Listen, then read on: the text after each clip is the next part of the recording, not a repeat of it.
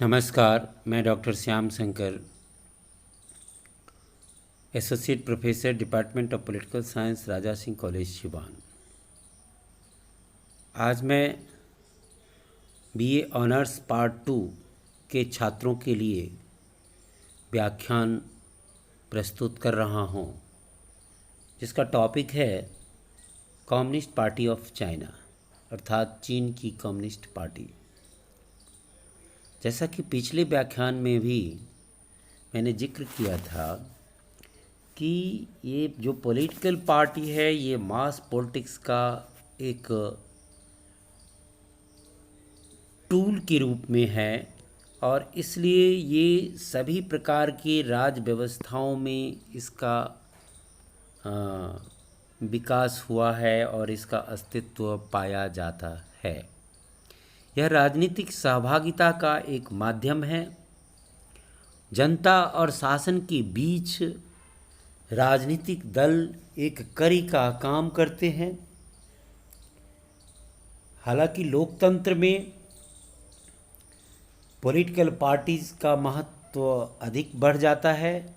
वहाँ ये दल को सरकार बनाने में, राजनीतिक दल जो है वो सरकार को उत्तरदायी बनाने में, जनता के प्रति उत्तरदायी बनाने में महत्वपूर्ण भूमिका का निर्वाह करते हैं। हालांकि साम्यवादी व्यवस्थाओं में भी राजनीतिक दल का अस्तित्व होता है और वह राजनीतिक और वैधानिक रूप से प्रभावी होता है। वह सभी प्रकार की गतिविधियों को संस्थागत आधार प्रदान करता है। समस्त राजनीतिक सक्रियता को वह निर्देशित करता है। वह राजनीतिक गतिविधियों का नियामक और शासन का उपकरण होता है।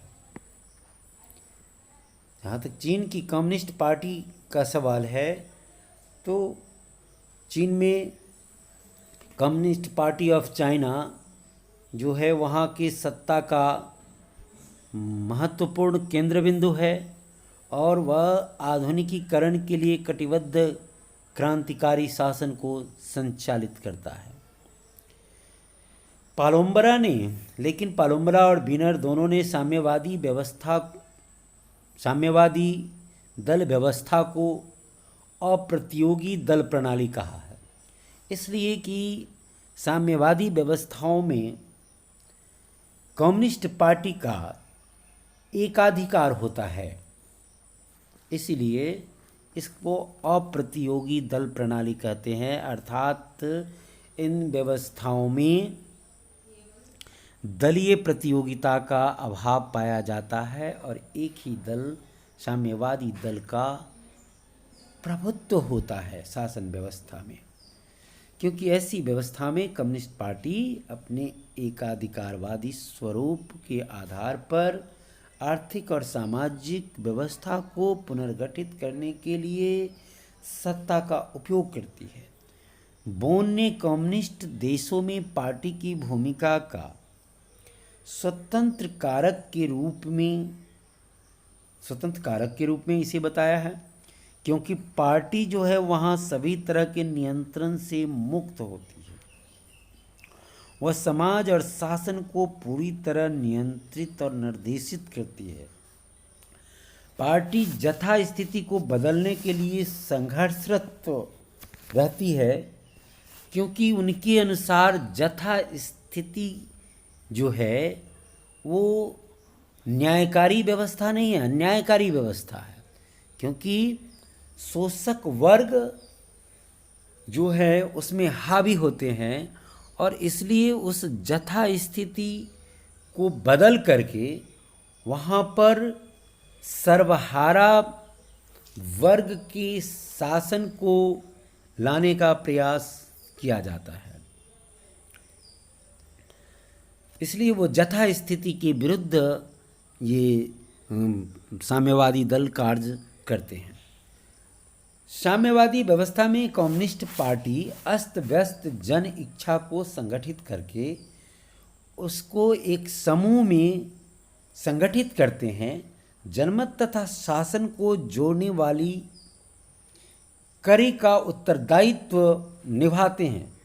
राजनीतिक भर्ती और सामाजिकरण का भी कार्य करते हैं, लेकिन नेताओं और अनुयायियों के बारे में उनकी समझ लोकतांत्रिक पार्टी से अलग होती है।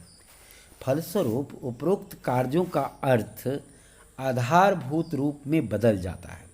इसी संदर्भ में न्यूमैन ने कहा है कि साम्यवादी व्यवस्था में दल इच्छा पर एकात्म नियंत्रण स्थापित कर देता है। पूर्वी यूरोप और सोवियत संघ में भी ये एकात्म नियंत्रण स्थापित करे हैं। पार्टी के नेताओं ने नौकरशाही प्रवृत्ति और व्यक्तिगत तानाशाही को जन्म दिया, जिसके विरुद्ध अवसर पाकर जनता ने विद्रोह कर दिया और साम्यवादी व्यवस्थाओं का पराभव हुआ। समाज और राज्य के बीच संपर्क के लिए ऊपरी तौर पर एक तरफा प्रचार किया जाता रहा, जबकि पार्टी और उसके नेता जनता से कट गए। लोकतांत्रिक और साम्यवादी व्यवस्था में हम देखते हैं कि दोनों ही व्यवस्थाओं में दलों का कार्य सतही तौर पर समान होता है। अंतर सिर्फ कार्य विधि, कार्य क्षमता और कार्यों के उद्देश्य को लेकर के पाया जाता है। एप्टर ने भी इसे स्वीकार किया है कि कम्युनिस्ट व्यवस्था में पार्टी और राज्य आपस में समानार्थक होते हैं, जबकि लोकतंत्र में दल संवैधानिक ढांचे के अनुरूप कार्य करती है। इसलिए लोकतंत्र में दल नियमों के अंदर होते हैं, जबकि कम्युनिस्ट व्यवस्था में दल जो है वो अपने प्रयोजनों के लिए पार्टी नियमों में आवश्यकता अनुसार परिवर्तन करती रहती है। इस प्रकार राज्य हमेशा दल के अधीन कार्य करता है। चीन में कम्युनिस्ट पार्टी को देश का वास्तविक शासक आप कह सकते हैं। वह व्यवहार में शासन का निर्देशन और पथ प्रदर्शन करती है। पार्टी साम्यवादी विचारधारा से प्रतिबद्ध है तथा समस्त सार्वजनिक संस्थाओं का केंद्र बिंदु होता है। वह सर्वहारा वर्ग का अगुआ दस्ता के रूप में कार्य करता है और उसका मुख्य कार्य समाजवादी समाज का निर्माण करना है। सर्वहारा वर्ग की आजीविका और संस्कृति को ऊपर उठाने में, यानी उसको लागू करने में उसकी रुचि होती है। संसार भर में सर्वहारा वर्ग के बीच बंधुता की भावना का प्रसार करना ही उसका मुख्य कार्य होता है।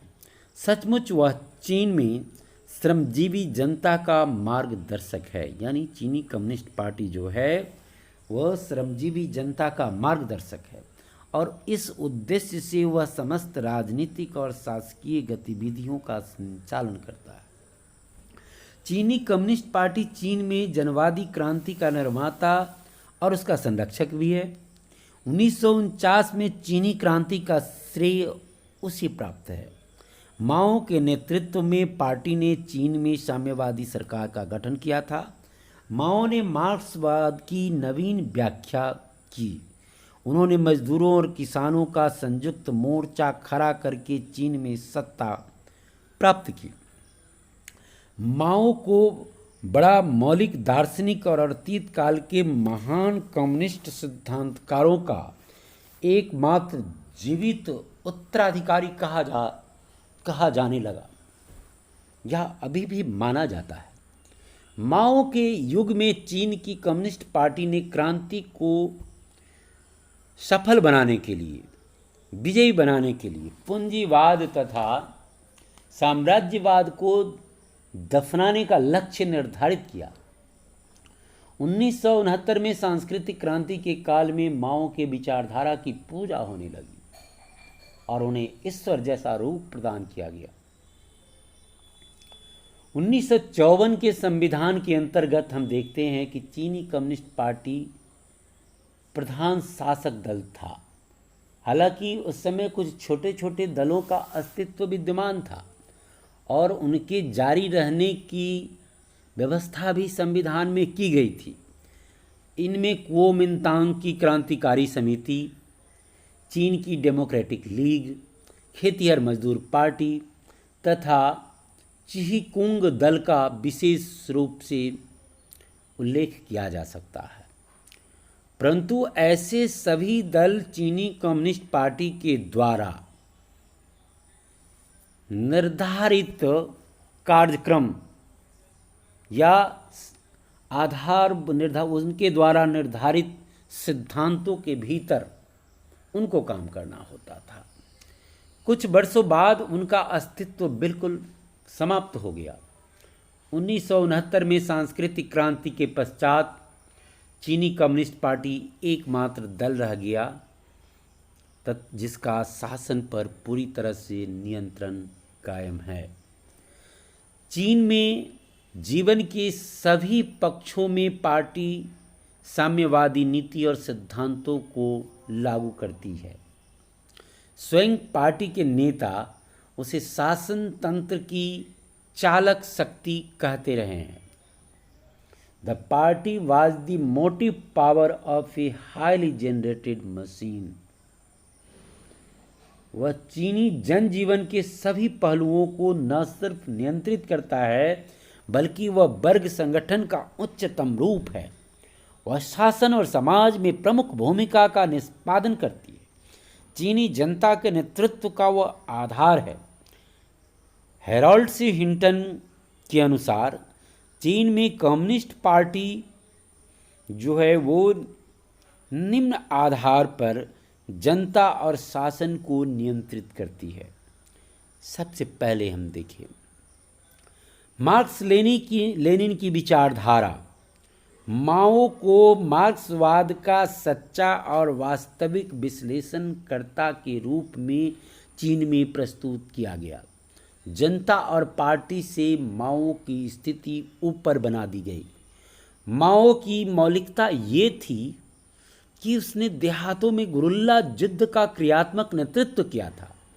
माओ के गुरिल्ला युद्ध का प्रतिमान अल्प विकसित देशों में मजदूर किसानों के सत्ता संघर्षों के लिए अनुकरणीय बन गया। इसी आधार पर हम देखते हैं कि बिहार के दक्षिणी इलाकों में, नेपाल में माओवादी दल का जो अस्तित्व है और ये जो माओवादी संगठन है, इन माओवादी संगठन की जो कार्य पद्धति है वह उसमें हमको माओ के उसी गुरिल्ला युद्ध का आभास कराते हैं। चीन की कम्युनिस्ट पार्टी माओ की विचारधारा और राज्य तथा समाज पर पार्टी के शासन को वैधता प्रदान करता है। फिर प्रजातंत्रात्मक केंद्रवाद का सिद्धांत है। यह पार्टी अपना संगठन खड़ा करके सारे देश में अस्तित्वमान है। ये जो साम्यवादी विचार है वह पार्टी के सभी स्तरों पर होते हैं, लेकिन नियंत्रण केंद्र के द्वारा किया जाता है।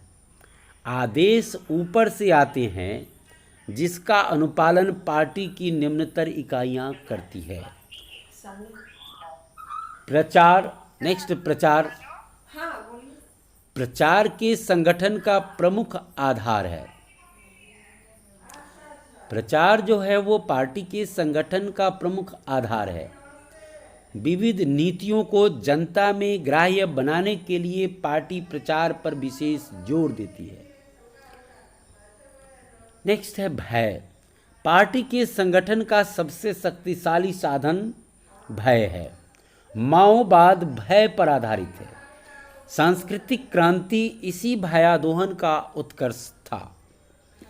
समस्त संचार साधनों और शैक्षणिक संस्थाओं पर चीनी कम्युनिस्ट पार्टी का अखंड नियंत्रण है, उसका अपना वर्चस्व है,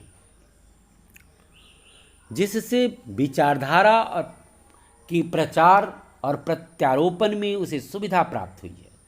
शासन तंत्र पर पार्टी ने अपना नियंत्रण स्थापित करने के लिए सभी उच्च सरकारी पदों पर दल के सदस्यों के यानी कम्युनिस्ट पार्टी के मेंबरों की नियुक्ति की है। दल की केंद्रीय समिति सर्वोच्च सत्ताधारी है। पोलित ब्यूरो के केंद्रीय समिति को संचालित करते हैं। पोलित ब्यूरो के केंद्रीय समिति को भी पार्टी ही संचालित करती है। नेशनल पार्टी कांग्रेस सिद्धांत रूप में सर्वशक्तिमान संस्था है, जिसका अधिवेशन वर्षों के अंतराल पर होता है। इस प्रकार चीनी कम्युनिस्ट पार्टी सर्वहारा वर्ग का सिर्फ अगुवा दस्ता नहीं है, बल्कि संपूर्ण चीनी जनता के नेतृत्व का केंद्र है। सर्वहारा अधिनायकत्व का वह नायक है। सर्वहारा सांस्कृतिक क्रांति का चीनी कम्युनिस्ट पार्टी पर जबरदस्त प्रभाव पड़ा है। परिणाम स्वरूप पार्टी समस्त चीनी जनता के नेतृत्व का केंद्र बिंदु बन गया है। उसके नेतृत्व का चौतरफा विस्तार हुआ है। चीनी कम्युनिस्ट पार्टी का एक महत्वपूर्ण कार्य सर्वहारा विचारधारा का संरक्षण और विकास करना है। सर्वहारा सांस्कृतिक क्रांति विभिन्न क्षेत्रों में वैचारिक आधार को मजबूत करने वाला आंदोलन कहा जाता है। माओ ने कहा था कि सर्वहारा को सिर्फ राज सत्ता पर आधिपत्य स्थापित करके संतुष्ट नहीं हो जाना चाहिए। यदि उसे अपनी सत्ता को मजबूत करना है तो उसे वैचारिक क्षेत्र में भी अपनी विचारधारा को निर्णायक स्थिति में रखना होगा। अतः पार्टी सिर्फ प्रशासन यंत्र नहीं है, बल्कि वह मुख्य रूप से क्रांति का धारक है, प्रचारक है। सर्वहारा सांस्कृतिक क्रांति पार्टी के भीतर निरंतर विकसित हो रही प्रवृत्तियों के बीच रचनात्मक दिशा में संघर्ष था। दूसरे शब्दों में उसे पार्टी के भीतर की क्रांतिकारी प्रक्रिया कहा जा सकता है। चीन में कम्युनिस्ट पार्टी सामाजिक, आर्थिक और राजनीतिक क्षेत्रों में समन्वयकर्ता की भूमिका का निर्वाह करता है। समाजवादी लक्ष्यों को प्राप्त करने के लिए वह एकीकृत नेतृत्व देती है। वह प्रशासन और अन्य सामाजिक आर्थिक संगठनों को एक सूत्र में बांध कर रखती है, उसे निर्देशित करने का काम करती है, नियंत्रित करती है। वह राजनीतिक संस्थाओं के निर्वाचनों का संचालन और निर्देशन करती है। नीचे से ऊपर तक पार्टी संगठन और राजकीय संगठन एक दूसरे के समानांतर चलते रहते हैं, परंतु पार्टी और राज्य को एक नहीं माना जा सकता। पार्टी राज्य का नेतृत्व करती है, उसके निर्देशन में ही राज्य यंत्र संचालित होता है। वास्तव में पार्टी संपूर्ण चीनी जनता के नेतृत्व का केंद्र है। निष्कर्षतः कहा जा सकता है कि चीनी कम्युनिस्ट पार्टी चीन में सर्वहारा अधिनायकत्व का यंत्र है, उसका टूल है, और उसका प्रमुख कार्य सभी दिशाओं में चीनी जनता को नेतृत्व प्रदान करना है। उसका जनाधार अत्यंत व्यापक है। सदस्य संख्या की दृष्टि से वह संसार की सबसे बड़ी पार्टी है। श्रमिकों, कृषकों और बुद्धिजीवियों की सदस्यता में उसमें वृद्धि हुई है। पार्टी जनतांत्रिक केंद्रवाद के सिद्धांत पर आधारित है तथा अनुशासित और एकीकृत है। इस प्रकार हम देखते हैं कि चीनी कम्युनिस्ट पार्टी जो है वो चीन की शासन व्यवस्था में प्रमुख भूमिका निभाती है। उसका चीन के शासन पर एकाधिकार प्राप्त है और इसलिए कभी कभी वहाँ चीन की कम्युनिस्ट पार्टी को ही चीन का वास्तविक शासक भी कहा जाता है, और ऐसा कहने में कोई गलती नहीं है, यह निश्चित रूप से सत्य है। धन्यवाद।